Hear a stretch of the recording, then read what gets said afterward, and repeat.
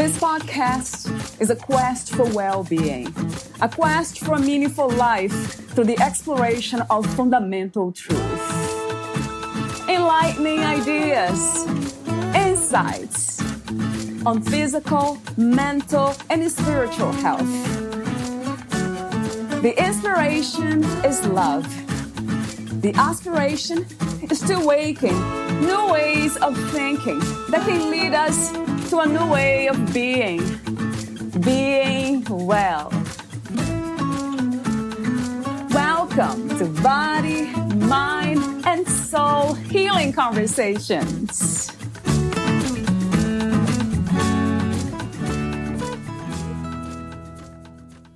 Your spirit is always with you.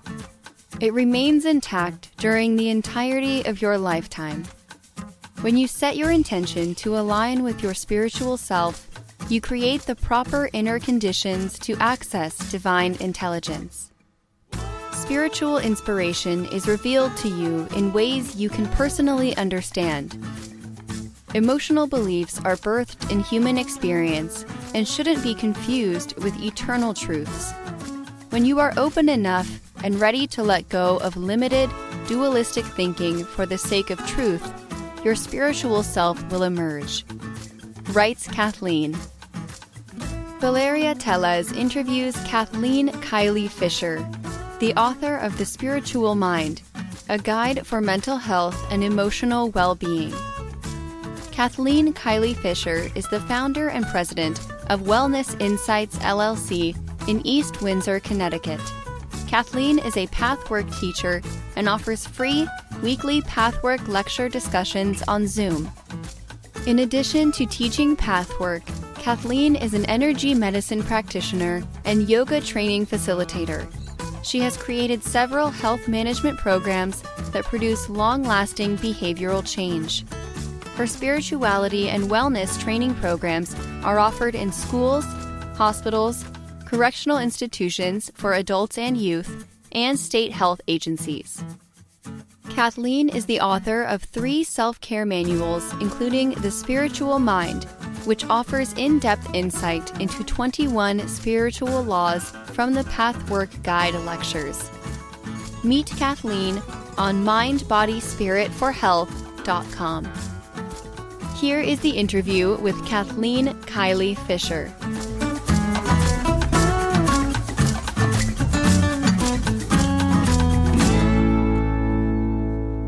In your own words, who is Kathleen Kiley Fisher?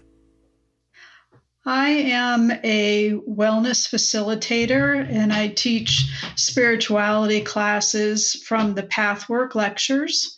The Pathwork is 258 lectures of mind-body-spirit integration. And that particular line of work has really helped me transform and change my life. And as a result, I became a Pathwork teacher, and that's what I teach now. So your book is titled The Spiritual Mind, a guide for mental health and emotional well-being. What is spirituality to you, Kathleen? And is there a difference between spirituality and religion?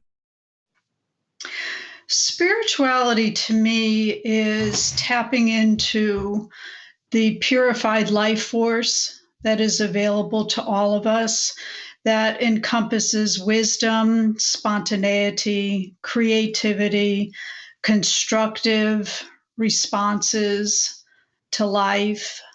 In my opinion, religion, traditional religion, spends more time referring to biblical quotes and the Bible, and spirituality is on a much more personal basis, and how we can actually make scripture personal experiences in our own lives. What is your idea and understanding of health?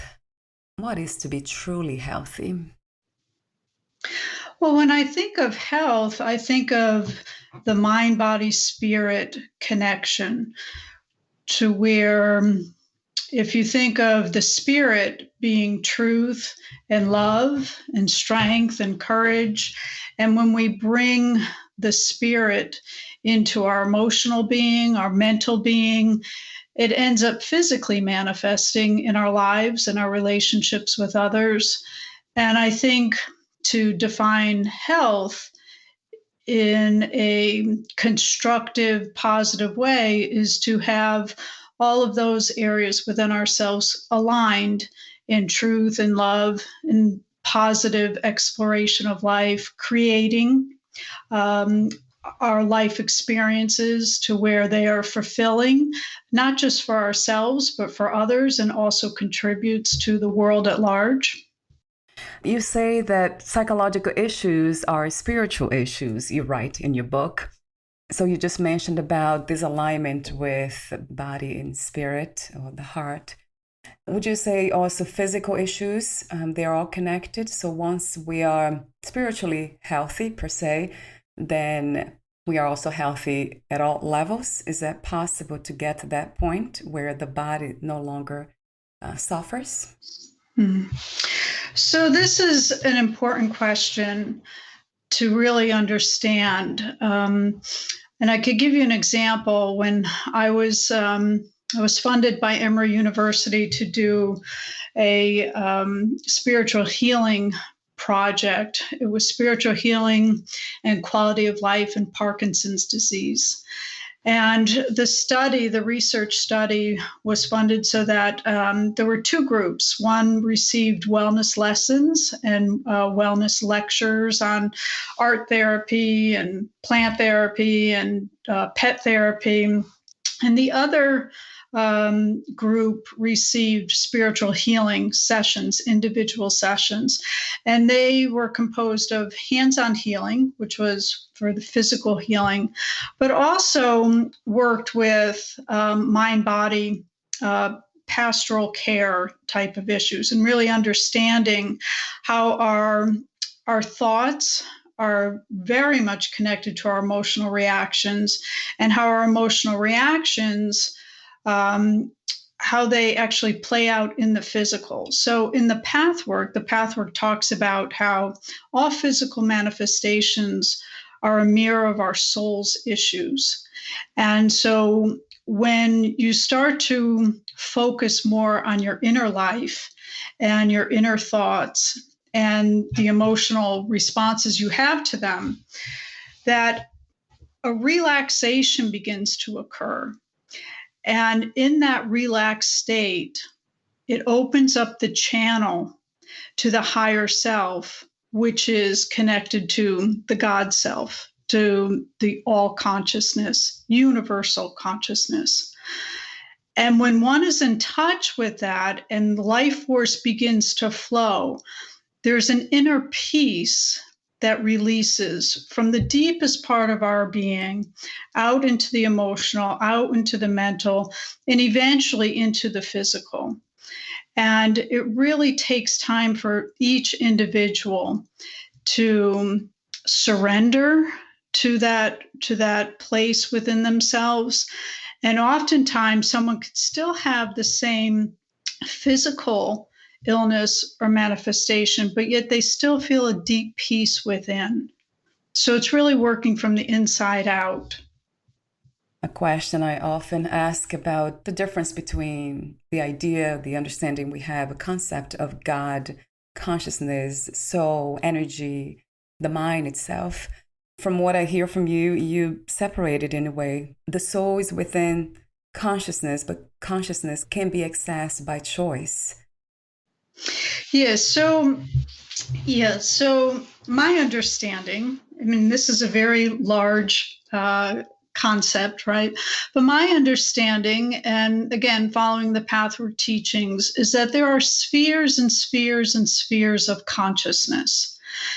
And if we were to take it to the most rudimentary level for understanding and simplicity purposes, there's child consciousness, there's adolescent consciousness, there's adult consciousness, and then there is God consciousness within every single one of us. And when we begin to separate those for the purposes of having a vocabulary and reference, and we could say, oh, this is my adult consciousness that is observing an emotional reaction. And when we are experiencing emotional reactions, we are not in present time. We are living out the past. And so in order to access God consciousness within us, we have to be present, because that's where God is, in the present. And so if we use our adult consciousness to observe an emotional reaction, try to get to the root cause of that reaction, which usually brings us to child consciousness, and then identify what is the misconception that was concluded at that experience in time. So for instance, one could be very hurt by childhood experiences. Let's just use as an example abandonment. Let's say someone is abandoned by their father, and there's a tremendous amount of pain in that.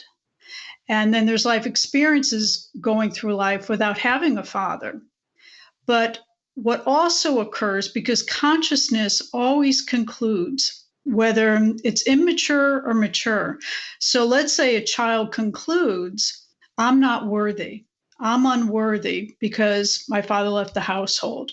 That is a misconception, and that's stuck in the child consciousness until the adult consciousness intervenes, explores, reflects, understands, so that that misconception could be re-educated into the truth, so that, yes, my father abandoned and I am worthy. And then that creates truth on several different layers of consciousness, because it is the misconceptions that we hold within ourselves that really cause the disruption and the disunity with our God consciousness. Another question I have for you about that is, what drives us to explore these different levels of consciousness? Well, I think that deep down inside every single one of us, we are constantly being nudged. We're constantly being nudged to create, to connect. And we can only connect with others based on the level of where we are connected within ourselves. And so there's this constant longing. There's a longing for loving, creating experiences in life. And when we're not experiencing those, we're wondering why. And those events are actually very significant, because they bring us back to ourselves, to where is the impurity? Where is the wound that is preventing us from experiencing a good life? And so I really believe that the reason why we explore our consciousness, or we have such a desire to know what it is because we want to create. I think about creativity and love being these two components of life, of the human experience. We can't really live without that. We can't live, I guess we cannot be fulfilled. Yeah, like if you think of love, like love is a really hard thing to express, almost just like a noun. But when you think about creating is a verb. It's something we can do. And are we creating negatively, or are we creating positively? Are we creating constructively? And when we are creating constructively, we're experiencing love. What is enlightenment to you? Enlightenment to me is the expansion of the truth.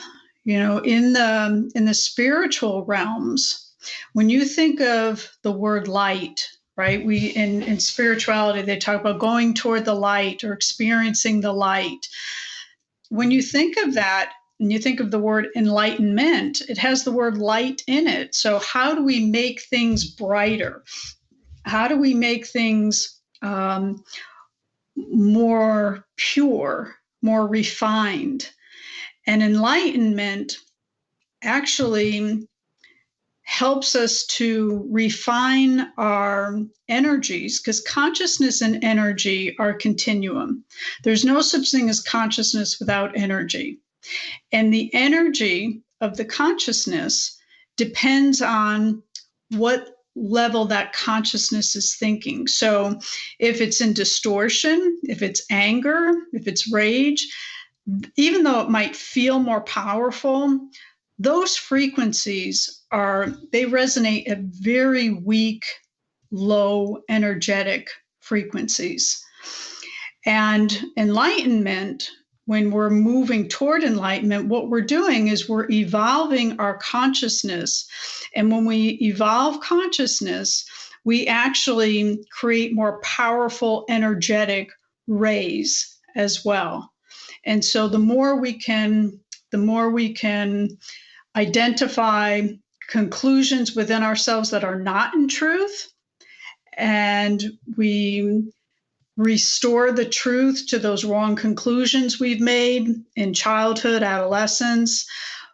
And we also work on, just expanding the truth that already does exist within us.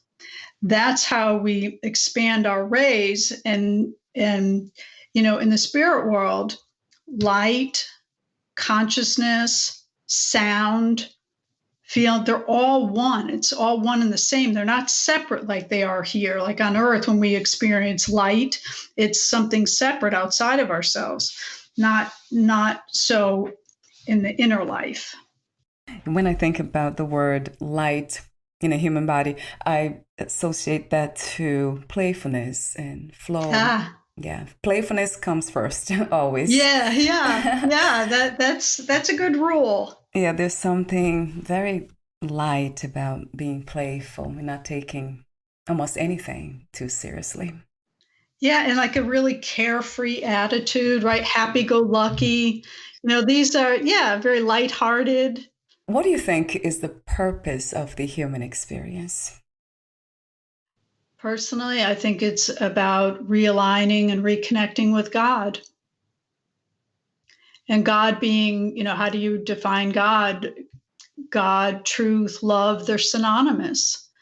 And so if we are to make our way back to God within, and, this is, Christmas time. I don't know when the show will be airing, but, we're recording it now during Christmas time. And so it's a very reflective time about, finding or recommitting to the Christ within ourselves, the kingdom of heaven within.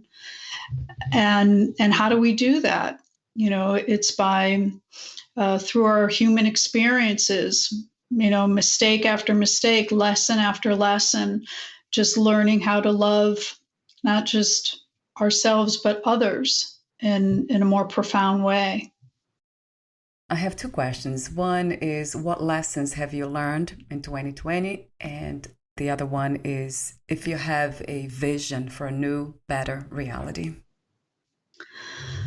Well, what I've learned in 2020 is that how important and necessary it was for us to slow down. And as much as I practice, I really try on a daily basis to implement a spiritual practice. And for me, that means meditation and prayer and a daily review of my reactions and responses for myself and to others who are most important to me. Now, even though I was doing that, I realized in 2020, when the COVID experience happened, social distancing, that even though I thought I was doing it, I really wasn't. I wasn't doing it as much as I am now. There's knowing something and there's knowing.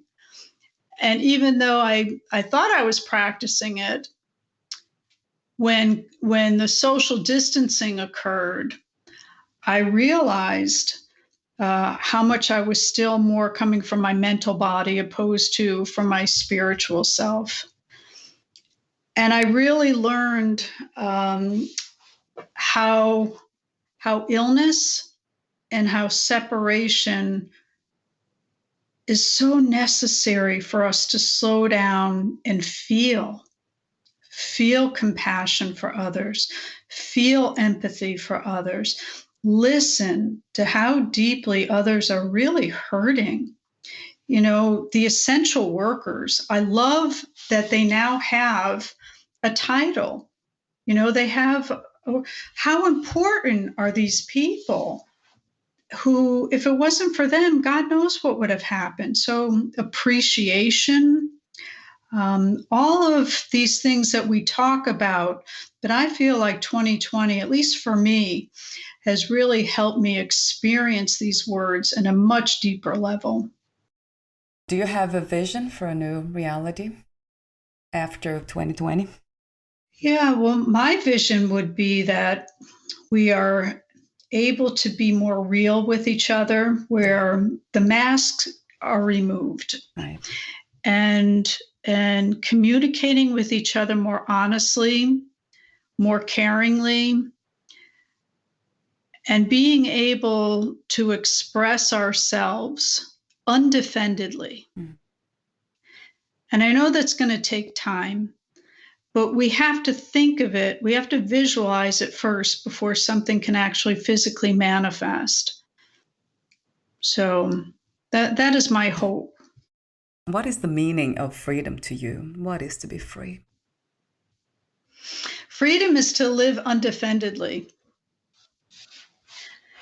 to be free to express, to be free to speak my mind, to allow others to speak freely, and freedom of expression, not just through words, but also through actions as well. So freedom, you know, freedom is a really important spiritual term, in that there's a spiritual law of free will, and that even when we're experiencing negative experiences, for those who are willing to really drop down and do serious spiritual exploration, one will find where there was an inner unconscious choice to experience something negatively. And the bottom line in the spiritual exploration is we are given the freedom to choose. Mm-hmm. So being able to see the choices, that takes, as you talked about, spiritual work, healing work, to get to see the choices, right, Kathleen? Yeah, because a lot of times people feel either victimized, or it's so painful for a lot of people because they don't make the connection between the cause and the effect. And that's the beauty of doing the introspection and the spiritual work of healing, is because once you start to look inward, it takes tremendous self-responsibility and self-honesty. Yeah. But when you're willing to do that and you're guided properly, the unconscious begins to unfold itself and reveal itself, and it will show whoever's seeking, a truth seeker, what it was that the person was responding to, that on the outside doesn't look like they had any participation. And when you really slow down long enough and reflect, so, oh my gosh, I didn't realize that my child consciousness was acting out here. So what would you say is something important to remember when avoiding or trying to avoid spiritual growth? Are there some suggestions? Mm-hmm.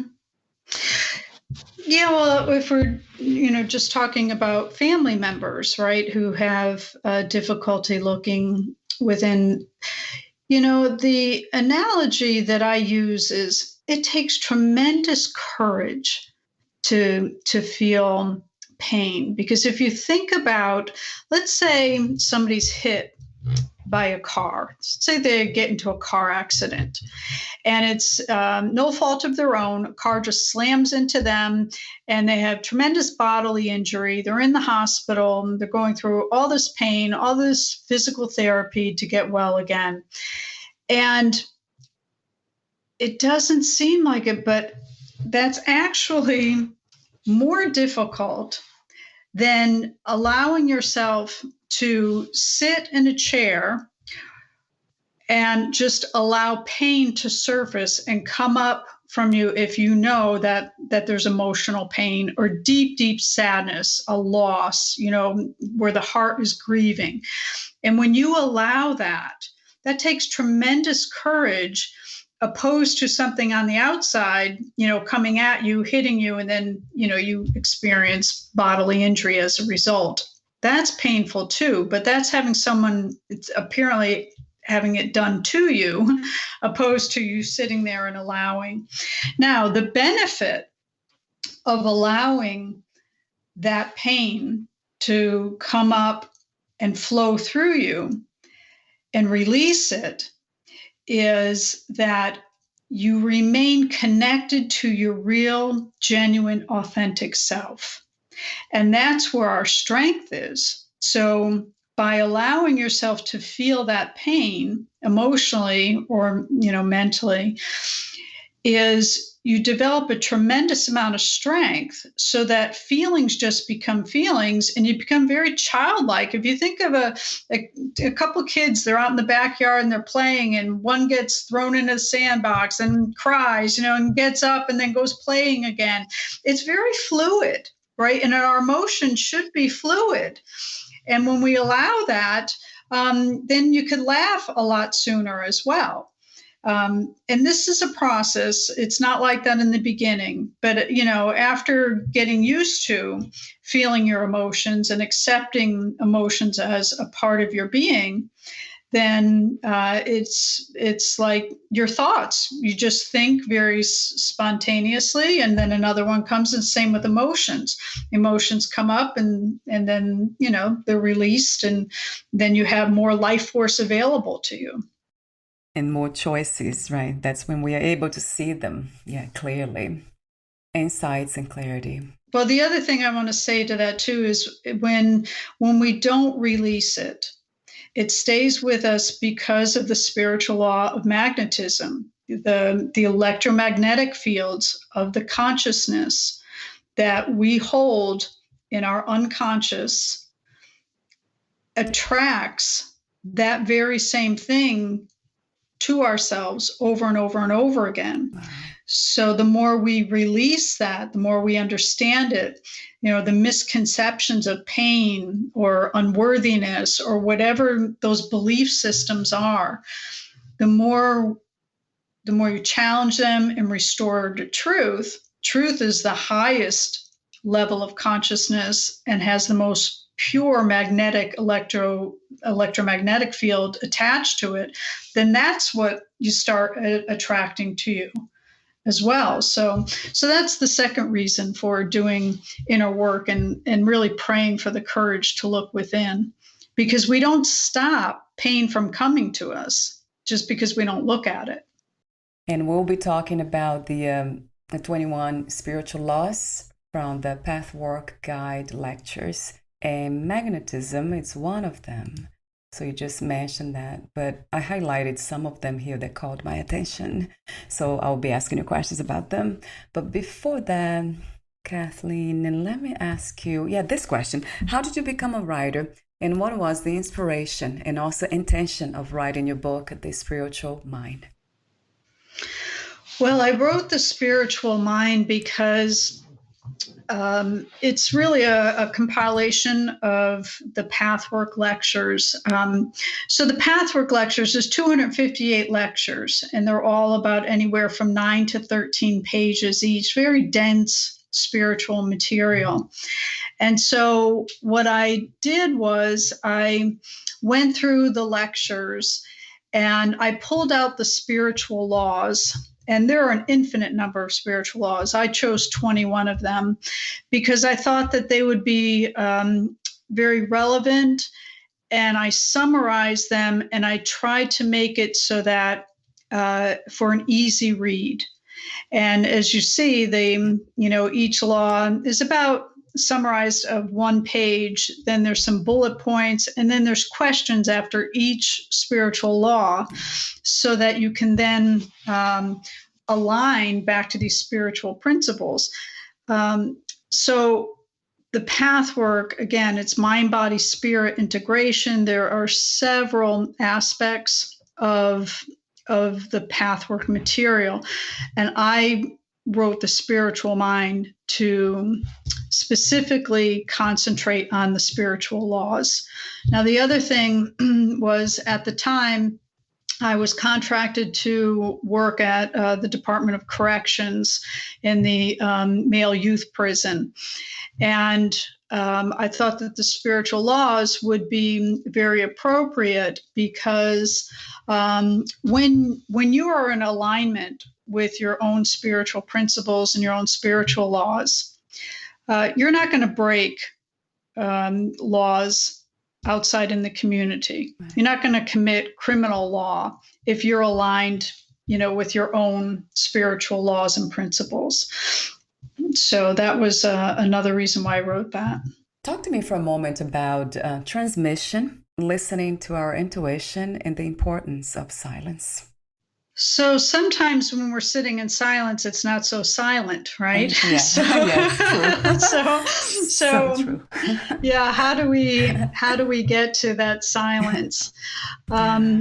So there's one meditation that is very effective, and it's called the three voices.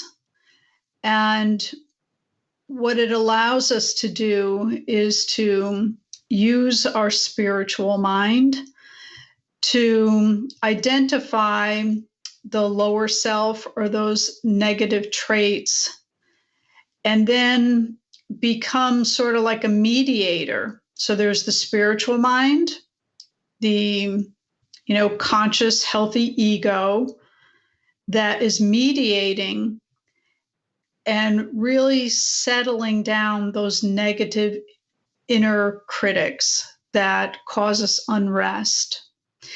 And when you apply this technique on a daily basis, you begin to notice a pattern. You'll find that there's a common denominator that doesn't allow for peace or for calm. And once you get in touch with that aspect of yourself, you call it what it is, you have it written down, and you're consciously aware of it, you can invite that into your meditation. And then that's what creates inner space. And that's what then allows for silence.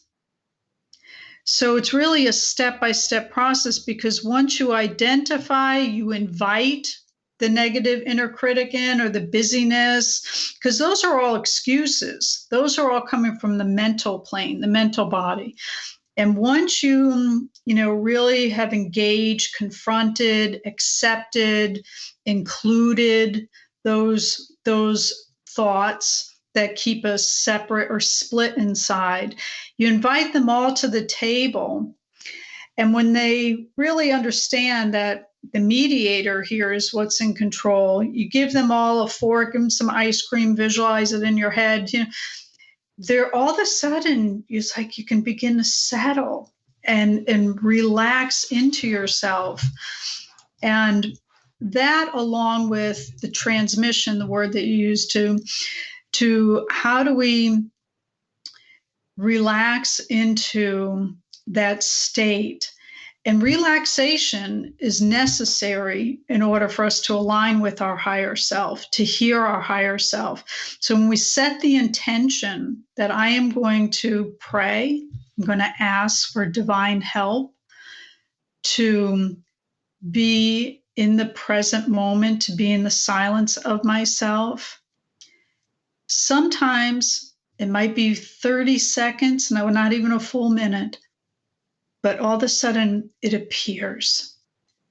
And it feels so lovely and so rich.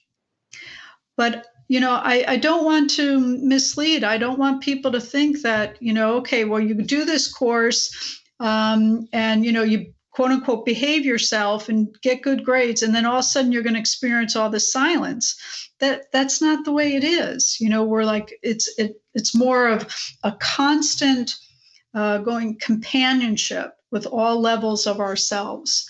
And then there's intermittent little gifts of silence and of peace. And those intermittent areas become wider and wider and wider, so that there's just more and more space within ourselves. But they are directly related to our willingness to confront ourselves, right, and to be with ourselves. So I'm wondering, when did this happen for you? Like, when did you start getting these deep spiritual insights? When I was 33. When I was 33, my entire life changed. My mom passed away when I was 33, and everything on the outside changed along after that time period. And I remember my girlfriend picking me up from the airport. My mom had lung cancer. She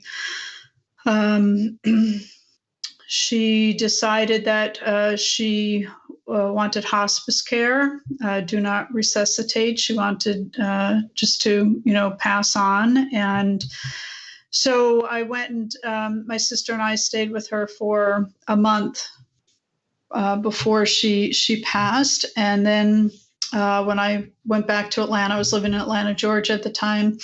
My girlfriend picked me up from the airport, and I said, Susan, everything's different. And she just thought, well, I was grieving. I lost my mom. And I said, no, I'm telling you, nothing's ever going to be the same. And it wasn't. And at that time, I also found my spiritual director, Cynthia Schwartzberg of the Pathwork at that time. And I delve into that, and that's what I teach now. Do you think that losing someone we love, it is the greatest suffering for each one of us? Or would that be the case?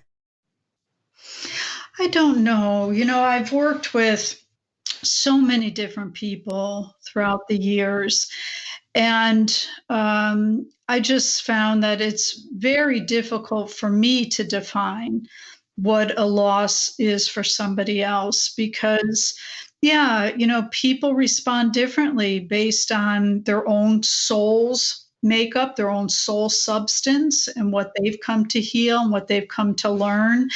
And if what might seem to me to be something really tragic or could be very painful to that person, it may not even be a blink of an eye. So, yeah. But I could say, generally speaking, that loss certainly does require, or it brings us to a place within ourselves that we don't usually experience. I have seen loss where it has really softened people, where people who were unwilling to reflect about the more, what I refer to as the more profound or deeper meaning of life, all of a sudden they're willing to look at that because it takes them inside of themselves, When you say meditation and then prayer, are they the same somehow, Kathleen, or different? So prayer is a thought feeling, where meditation is more on the feeling level. So prayer is very, very helpful to help with concentration skills, to help with focus. And if you think about it, if you yourself, or you ask, one of your listeners to pray for 30 minutes straight, and the only thing to focus on is positive thoughts and good intentions for everybody and anybody you know. And I think, if your listeners are like the most of us, find it very difficult to just maintain positive thought for 30 minutes straight. Now, as I said earlier, there's consciousness and energy as one. They're a continuum. So when somebody is thinking something and they're thinking something positively, there's an energy to that. Now, what makes it stronger is when you have the feeling of the thought attached as well. And that's where meditation comes in. But you really need to pray first, because you have to get your concentration skill set to where you can concentrate for periods at a time. And you're thinking, constructively for longer and longer periods of time as you pray. And then the next step would be bringing in the feelings. So then that strengthens the energy of those thoughts. So now it's thought and feeling energy that's combined. And that's more on the soul level. That's where you're descending into, the soul level, where the feeling forces are also emanating feelings of love, emanating feelings of joy. And it's just deeper. It's like, you think about love, like there's degrees of love. And I think about kids when you read to kids at night, and they're thinking about it, they're feeling it, they're using their imagination in the story, and they're so full-bodied involved in this story, right? And it's sort of like, that's the difference between prayer and meditation, like having the feelings and the thoughts so that everything's combined, and then your soul is involved as well. I love the present moment exercise you have in your book, the pranayama, I think you pronounce it, breathing, and I am meditation. Yeah, I love the thoughts to think section for each spiritual law. I love that too. So we're almost at the end, but I would love to explore some of them. I have the first one that I highlighted here. It is the first one in your book, abundance. So the violation is fear for this law, and you have violating behaviors too there. So talk to me about abundance for a moment. So abundance is when we're in alignment with truth, where all things are available to each and every one of us.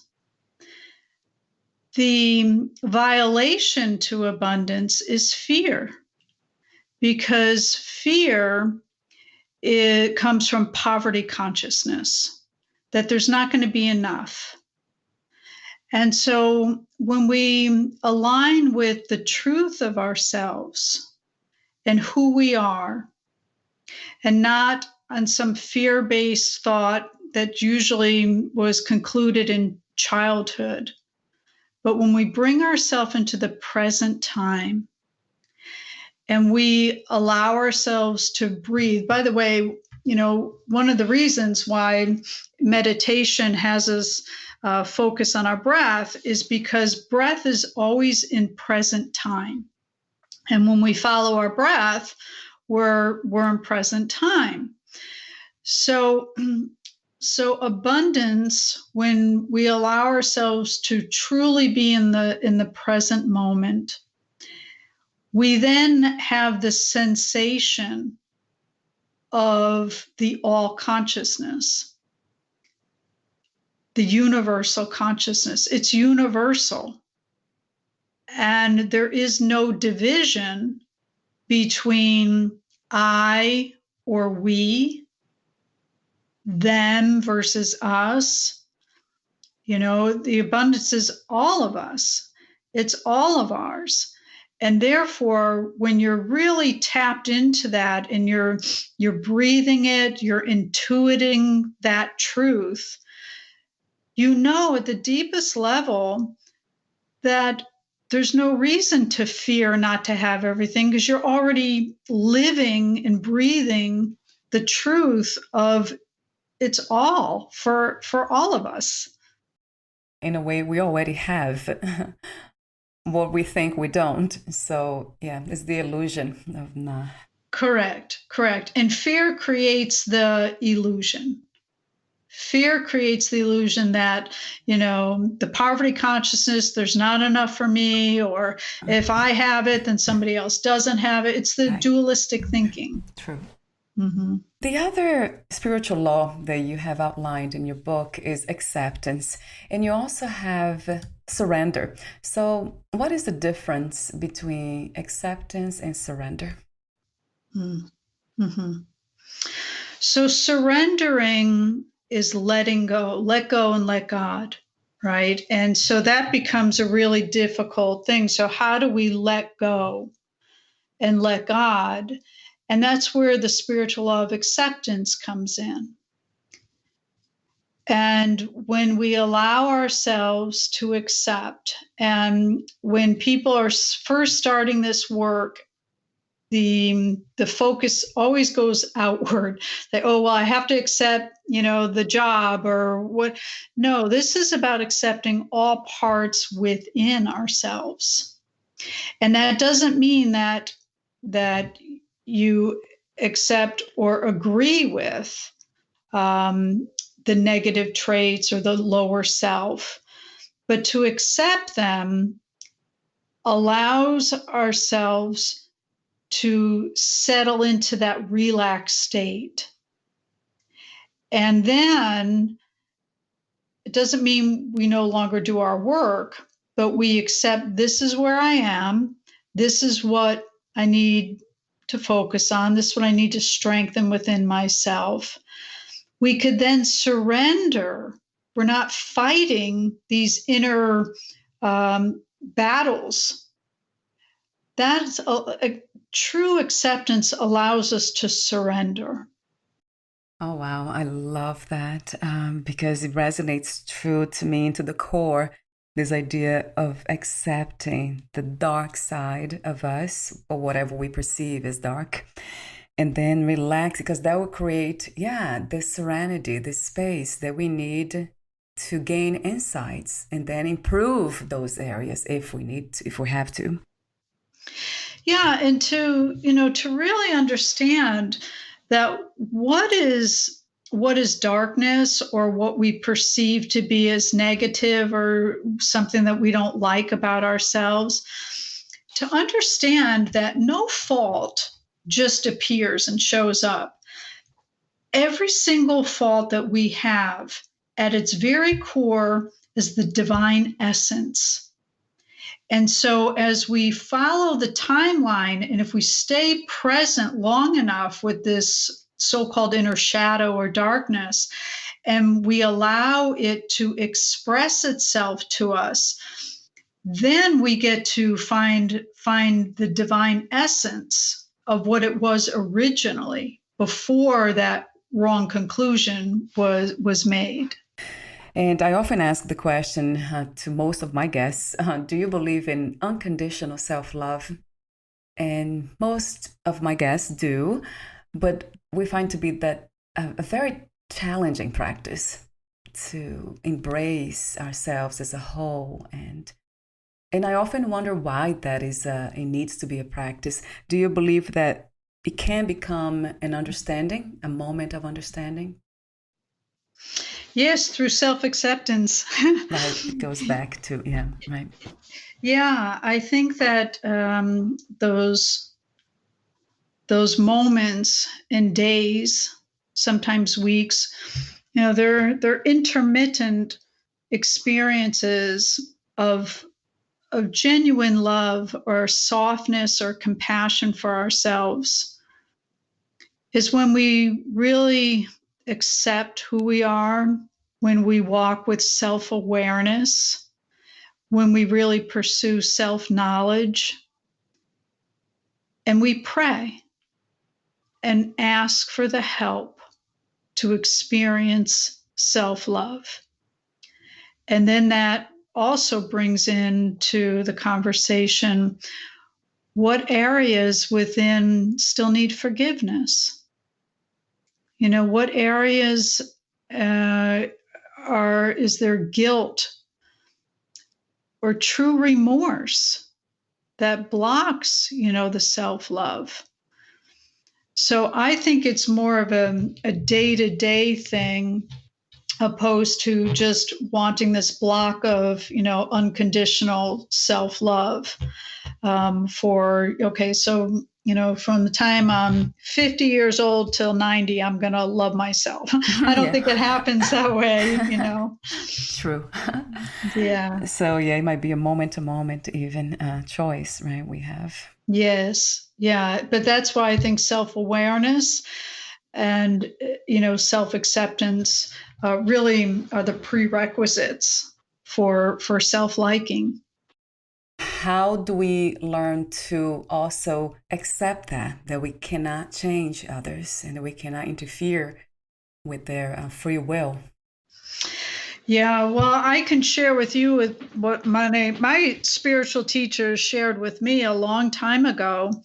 And that was, she said to me, "No, Kathleen, it only takes one to change a relationship.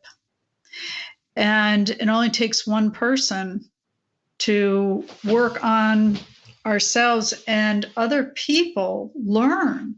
Other people learn not so much from what we tell them, but from what we do." And, the truth is very powerful. And so even if their defenses are blocking them from really, experiencing their own truth, hence their own pain, our truth resonates and connects with their truth. And it could just be that, we're planting seeds. And when they're ready, the teacher will appear. When the student is ready, the teacher appears. And it's very painful when you love somebody to see them suffering. And I think we have to meet people where they're at, and to love them by accepting where they're at. Now, I will say that, the spiritual teachings say, what we think is really important here on earth, in the spirit world, they may not think that that's important at all, and vice versa. And so sometimes when we see a loved one suffering, for all we know, they could be earning major kudos in the spirit world, and here we are thinking, they should be doing it our way. When in fact, they're really burning off karma, or, they're really growing their soul in another way. Right. And so we have to let people, because if we interfere with their path, they might be going along just very harmoniously in their life's task. And if we interfere with that, we could really be doing a disservice. I know for me, when I'm witnessing a loved one suffering, I pray and I ask God. I ask God to guide me. Like, when do I intervene? In fact, I'll tell you a personal story. My brother passed away in 2018, but my brother struggled with drugs from the time he was 15 years old. So it was a lifelong battle with heroin addiction, with a very, very difficult life in drug addiction. And there was a period of time where I went to Catholic church every morning because I had to pray. I asked God every morning. I'd say, okay, do I go down there today? Do I intervene today? Do I not? It was a good year and a half of, strong before he was able to go into rehabilitation. The last 4 years of his life, he quit drinking and he was in and out of rehabs. But, until that time, there was a lot of prayer for myself, just asking for guidance, how I can help. And sometimes that meant staying away. Don't call, don't go around, just let them be, That's a very important message for us to be reminded of and to hear. We don't know it all. We don't know what's happening. And if it's not happening, there is a reason why it's not happening. Yeah, and we don't want to accept that. Right? We don't. Yeah. Because I could just speak for myself, because I didn't want to feel the pain it was bringing up inside of me. Right. So it made me, I had to feel whatever pain there was around it not being the way I wanted my life to be and the way I wanted things to be on earth. How do you define success these days? What is to be successful to you? I measure success based on my level of peace, that I feel fulfillment, and where I feel centered in my real self. That's what success is to me. If you knew you would die soon, meaning losing the body, would you make any change in your life or do anything in a different way? No, I think that I have spent the last maybe 25 years on a spiritual path, and that's what's most important. If I could love more, I would, but I don't know that I could, because I've really tried my best. And my last question is, what are 3 things about life you know for sure as of now? Well, I know the sun's going to come up. I know that the more that we choose love over fear, that connects us more. And I think that it's really, really important to laugh. I know that for sure. It's really important to laugh. So glad you brought that up too. Yeah. The lightness, the playfulness, laughter and enjoyment, right? Well, if you think about it, when you laugh, that's the physical manifestation of moving energy around, emotional energy. Because when you laugh, right, like it moves the emotional body, and it really helps to move stuck energy that's stuck in, any kind of pain or resistance. Laughter moves that. Thank you so much for your wisdom, your beautiful work, your purpose, your mission here in this reality. Thank you, Kathleen. Thank you, Valeria. It's been a pleasure. Where can we find more information about you, your books, products, services, and future projects? On my website, KathleenKileyFisher.com. Everything is listed on my website. All my classes. In fact, I offer they're free Pathwork lecture Zoom discussions the 2nd and 4th Wednesday of every month, and anybody is invited. They could attend. All of my classes are also listed on my classes page on my website. My books, just go to my website, go to the shop page. In addition to The Spiritual Mind, I've also written De-Stress with Mind, Body, and Breath, and Wellness Lessons for Social Emotional Learning. They're all manuals for spiritual and emotional growth. Or you go to Amazon.com. My books are all on Amazon as well. I'll have those links on your podcast profile as well. Oh, thank you. Thank you so much again, and we'll talk soon. Okay, Valeria, take care. Bye for now, Kathleen. Bye-bye. Thank you for listening. To learn more about Kathleen Kiley Fisher and her work, please visit mindbodyspiritforhealth.com. To learn more about this podcast, please visit fitforjoy.org/podcast. Thank you again for listening, and bye for now.